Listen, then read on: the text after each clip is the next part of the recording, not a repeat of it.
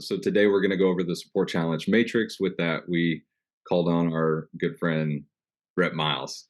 Brett, good to see you, man. You're coming to us from Texas. Yes. And you are a certified leadership coach. You are coaching an organization right now in leadership. But what's your leadership story? Yeah. Tell us a little bit about yourself, Yeah, and man. then bring us a tool, please. Yeah, thanks for the invite to get to be part of this. Yeah. So, man, been leading teams, been around leading teams for the last like 16 years. Most of that in a ministry context. Yeah, started my own business this last year, just with a continued desire to impact and lead people and see people lead other people well. So started my business Lead Well with that as the goal, like helping people lead well. Because like probably all of you, like I've seen and been around really great, liberating kind of leaders that get the most out of people, that believe the most in people. But like I've been around really terrible leaders that cause people under them to want to bail and like go anywhere else, which is so crushing for a team and for an organization. So, been around it a lot. Been a couple of those different kinds of leaders myself over the years. So yeah, live in Austin, Texas. Married with three little bitty kiddos. I've got a first grader here on spring break, so let's hope she doesn't barge through the door needing another snack anytime soon. But yeah, that's a little bit about me. And like John said, like we're going to talk through a tool we use in our world called the Support Challenge Matrix. It's just, again, another helpful visual of trying to understand what it means to lead people well, and to use it on ourselves. Like how are we leading other people? So do you want to throw that up there, John? Do you have it? Yeah. We can start walking through it. So here we go. Support challenge matrix. So as you can see, we've got our horizontal axis here, the challenge side of this thing, where leaders are either really low challenge, they don't bring any challenge, either for fear of hurting somebody, fear of making the wrong decision, just lack of courage, whatever it might be. And then you have the high challenge, people who like are quick to challenge, are probably critical, maybe cynical, demanding things out of people. So like, and there's everything in between, right? And then you have also the support side. So people who are low support, they're like, man, like you do you, I'll do me.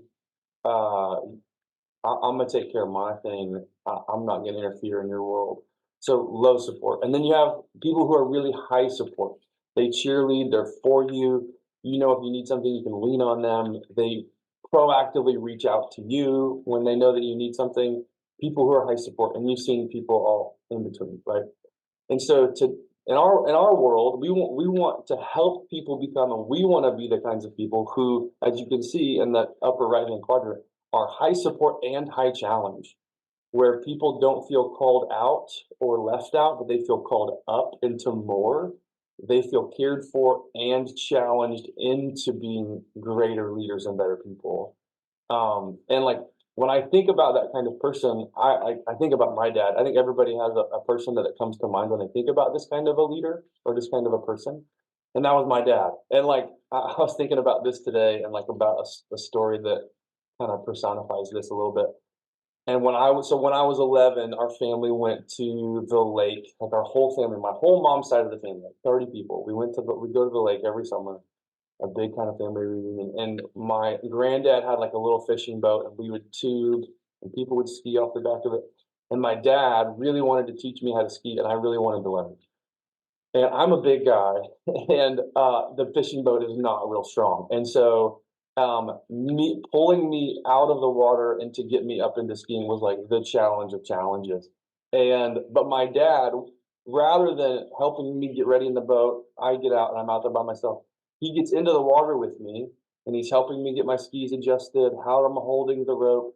what do I need to do when the boat takes off, right? And like I'm failing over and over and over, and I'm so frustrated and I'm getting tired. And he's just like in the water with me, continuing to like be calm and patient, encouraging me, reminding me that I can do this, and and then coaching me into how to like get there, you know. And so when and eventually I did. Like the very last morning, my dad was like, "All right, we leave at lunch. Let's get out there early. Nobody's on the water. It's gonna be like crystal clear out there. Let's try one more time." And I'm like, "Okay." I would have said no if he hadn't like pushed me and encouraged me. He didn't force it. He wasn't demanding like you're doing it. He was like, "Let's go try again," because like he believed that I could do it. And we went out there and it happened, you know, and I was like ecstatic and he was ecstatic. And I think about that from time to time about the kinds of people who believe the best about you and are there with you and they walk with you and they're in the trenches with you, but they also like push you to strive for they see something in you that you maybe don't see in yourself, and so they challenge you to more. And I never would have like overcome or accomplished that thing that day if it wasn't for my dad. And so when I think about a liberating kind of leader, you're like, I was being held back by fear. I can't do it, self doubt, whatever. And he helped me get through that and actually accomplish the thing that I really wanted to accomplish. And so that's a liberating kind of a leader. Now, the other quadrants, right, are where we have to be careful. And so as we look at people who are really high challenge and really low support, um, I'm quick to think of my high school baseball coach, right? It was like my way or the highway. You're gonna do it because I said so. Lots of barking, lots of fear. Like we were like, man, if we get it in the doghouse and if we don't perform, we may not play, and he's gonna be unhappy with us, and just all kinds of like fear. And we felt manipulated, you know, like he was the puppet master, and we had to like get in line, you know. And maybe you guys like have like experienced people like this, but like, man, I did not love that. I really hated being under his leadership because I never knew like if things were good or not, and like, am I going to get to play? Are you happy with me? And so that would be like a dominating kind of leader, very high challenge, probably over the top expectations that are unfair, and low support, like just no support. Then you have leaders who abdicate leadership, where it's very low challenge, but very low support. So still low support, but this time very low challenge. I had a college professor who was like months away from retirement and couldn't have cared less about our class or the course. And at the time, we were like, "This is amazing." He like everybody was getting A's. You just had to show up. There was very little like structure and like the curriculum it was like real loose. He was just trying to skate and just get out of there. And so like we didn't care to be there. There was no expectation of us. Like we'd get there and just jack around and like talk to each other and like just show up and you're gonna like make it that day. And if you just keep showing up that so but I look back on that, I'm like, what a waste of time. Like what a waste of that professor's time and our time just to be in there every day and do nothing where nobody's expected to grow in any way, to get better in any way, to learn anything. And like our view of him was so low as a leader and as a professor. I was like, is this what it means to be a professor at the college level? And so that was a kind of leader who really abdicated their leadership, you know. And nobody wants to be in that environment. And even if they do, it's real selfish because they're not going to grow, they're not going to learn, they're not going to improve. Nobody's benefiting, right? The last quadrant, the protector, which is like really high support, really low challenge. I feel like I see this one a whole lot. I saw it a lot in the church. Just naturally, people were really encouraging. This is my mom. This is the example for this is my mom. Really encouraging, really high support. What do you need? What can I do for you? Like I knew that she was there for me. But she would say things and then she and ask things of me. And so we would take advantage of that. And we felt entitled and you know, over time, little by little, she wasn't challenging us, but she was getting frustrated with us when we were growing up, and then she'd explode, and we're like, "Whoa, what happened? Like, what?" And it was because she hadn't challenged us and she was frustrated because we weren't listening. We know that we know that you're gonna like be there for us and love us, and we're not gonna really get in trouble because you're like so supportive. So we would get away with anything, and until my dad would find out, or she'd blow up on us, right? And I feel like I say this to leaders a lot, where they're like, they don't want to hurt people's feelings, especially today. You know, I don't want to hurt their feelings. So to challenge somebody is to like to can feel today like an attack on someone's character or on their person. However, if a leader is really high support and you know that they care for you and they're for you and they believe in you and they love you, then hopefully to feel challenged would be like, oh, they believe in me and they want more for me.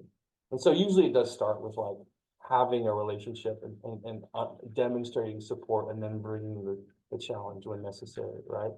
And when I think about, there's another tool we use in our world called the 5 circles of influence, which I think is like right under this. And so when you think about leading yourself, you have to start there. Like in the giant world, we talk about know yourself to lead yourself. And if you don't understand what kind of leader you are in all of these different areas, so not just like who are you as a leader out there, but like how do you lead yourself? Because for me, if I'm honest, most of the time I probably speak with a pretty dominating voice to myself, like really high expectations, very low grace. You know, like when I fail as a parent or I misspeak as a husband or whatever, I'm the hardest person on myself, and I hold myself to a standard I would never hold other people to. And so if I were to be honest in that self bubble, I would color it red a lot of the time, which I don't want to be that way with myself. I want to be able to like have right challenge for myself and right expectation for myself. And give myself grace, you know, the same way that God gives me grace. And then, you know, that bleeds out into my family. What kind of a leader am I with my family? And I feel like this is where I feel like I'm the most intentional. You know, you can either be really intentional or accidental and just fumble your way through leadership spaces. And I feel like this is just because the season of life with little kids, me and my wife are really being intentional with how we think about parenting and about our family. And like this last few months, I've been really intentional, even just thinking about marriage and how am I supporting and helping challenge and like giving really helpful critique or coaching or whatever it is, and not just letting things slide, and helping my kids see that like, hey, when we say something, we mean what we say what we mean, and they know that we're gonna stick to that. Like we're not gonna say one thing and then let them get away with the very thing we said that we're not gonna let them get away with. So that's just been the world I live in. But like I think you think about your team, like how do you speak to your team? Are you more of a protector with your team? Where it's like, man, high support, but man, I don't want to challenge you too hard because I don't want you to leave, and I don't want to hurt anybody's feelings. And I feel like I have to walk on eggshells.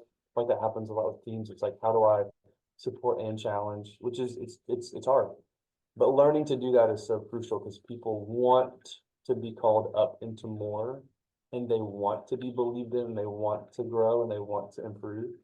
And so the kinds of leaders that when you look around, you see like places that are flourishing, it's usually because there are these liberating kinds of leaders, you know? And so these both of these tools are ones to use on yourself regularly, just to go, where am I today? And even just to look at your family, like you look at your friend group, like, and then look at your team, like at work.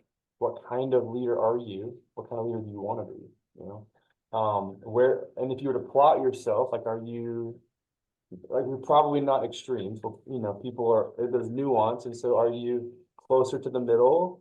How do you then get to more support? How do you get to more challenge? You know, do you have the resources and the like capabilities to get yourself there? Do you know where to start? Do you need somebody to help you? Lean on somebody to go, hey, help me grow in this way. You know, if you work for somebody, ask them to plot you, you know? Hey, what do you see in me? Like I did this with my friends and siblings. I go, hey, where do you think I am on this thing? Because I can get a read on me, but like, I don't know if that's accurate. I hope it is. But then getting other people's kind of 360 view is really helpful to go, man, am I the kind of leader that actually liberates and fights for the highest possible good of other people? If not, I want to know, and I want to take steps to grow. So those are the tools for today that John and Eddie had asked that I highlight. And so, you guys have anything to add to that? A few months ago, I flew out to Austin and got to spend time with Brett, and I just thought this was such a good. Now that I'm sitting here seeing it come together, such a good tool for Brett to bring to us. He does these circles so well. It was just one of these areas of just seeing him do green. Obviously, we all have tendencies, and there's reality to it, but he models that. He models that for me, and so Brett, thank you so much for being with us, for being for us, and just bringing us the tool.